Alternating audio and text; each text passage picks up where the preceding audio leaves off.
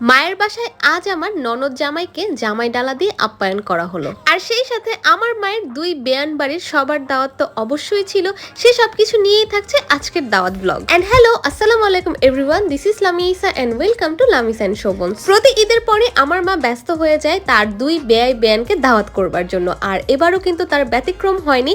আমি কিন্তু আমার শ্বশুর শাশুড়ির সাথে আম্মুর বাসায় বেড়াতে এসেছি, আর আসার পরপরই দেখলাম আম্মু দুই রকমের ওয়েলকাম ড্রিঙ্কস রেডি করে রেখেছে। একটা ছিল লেবু শরবত আর আরেকটা ছিল লাচ্ছি। লাচ্ছিটা যদিও আমার বোন নাবিলা বানিয়েছে, এত মজা লেগেছে। নাবিলা যেহেতু একটু আগে আগে এসে পড়েছিল, ও আম্মুকে হেল্প করছিল। আর এই যে দেখো আজকের দিনের স্পেশাল বরণ ডালা, আসলে এটাকে জামাই ডালা বলা যায়। আর এই জামাই ডালাটা স্পেশালি রেডি করা হয়েছিল আমার ননদের জামাইয়ের জন্য।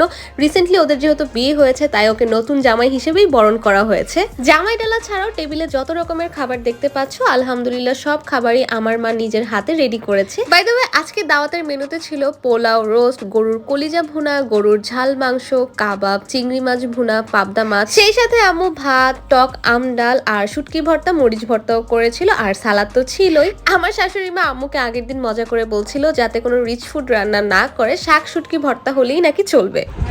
এটা হচ্ছে শুটকির ভর্তা, এটা মরিচ ভর্তা, কিন্তু ভর্তা কেউ খাইতেছে না, শুধু আমি এমন ভাবে খাইতেছি বলার বাহিরে। আজকের এই ভর্তাটা বেআইনের এত মজা হয়েছে, যে খাইবো না তার জীবন বৃথা একবারে। আমার জীবনটা যে পরিপূর্ণ।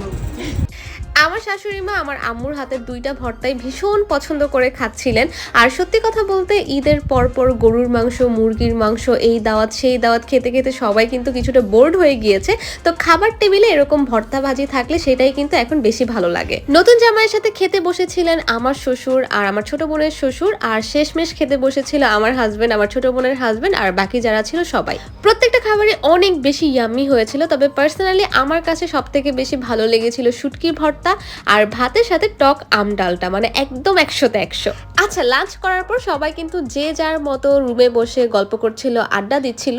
তো এর মধ্যেই কিন্তু আমরা সবাই মিলে বিকেলে নাস্তাটাও রেডি করে ফেলেছিলাম। আর গেস্টরা আসার সময় সবাই কিন্তু দুই হাত ভরে দই, মিষ্টি, ফ্রুটস সবকিছুই নিয়ে এসেছিল। আর এখানে আম্মু রেডি করেছিল দুধ সেমাই আর ফিরনি। ট্রাস্ট মি, ফিরনিটা সার্ভ করা মাত্রই শেষ হয়ে গিয়েছিল, কারণ আম্মুর হাতের ফিরনি হচ্ছে একদম 100তে 100। যে আমার মায়ের হাতের ফিরনি একবার খাবে সে কিন্তু সারা জীবন মনে রাখবে।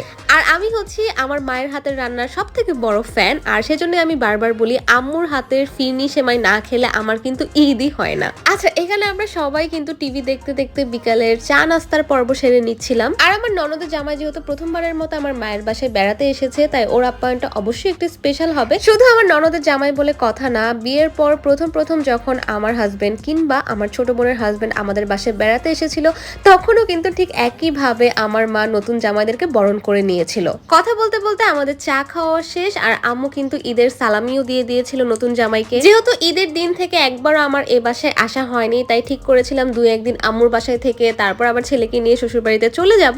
তো গেস্ট যাওয়ার পরপরই আমি এই মিষ্টিটা নিয়ে বসে গিয়েছিলাম। জানি না এই মিষ্টিটার নাম কি, তবে এটা এত বেশি মজা, এত সুন্দর জাফরানের স্মেল আসে, এটা না খেলে একদমই লস। আর এই ঈদ সালামিটা আমার ছেলে তার নানুমনির কাছ থেকে পেয়েছে, যেহেতু ঈদের এতদিন পর তাদের দেখা হয়েছে। সত্যি কথা বলতে রাতে আমার একদমই কোনো রিচ ফুড খেতে ইচ্ছে করছিল না, তাই ভাবলাম বাসায় যেহেতু আম আছে, দই আছে, চিড়াও আছে, তাই আম দুধ চিড়াই খেয়ে ফেলি। গরমের দিনে স্পেশালি আমের সিজনে এই খাবারটা আমার অনেক বেশি পছন্দের। আর পরদিন সকালে ঘুম থেকে উঠেই দেখি এই অবস্থা।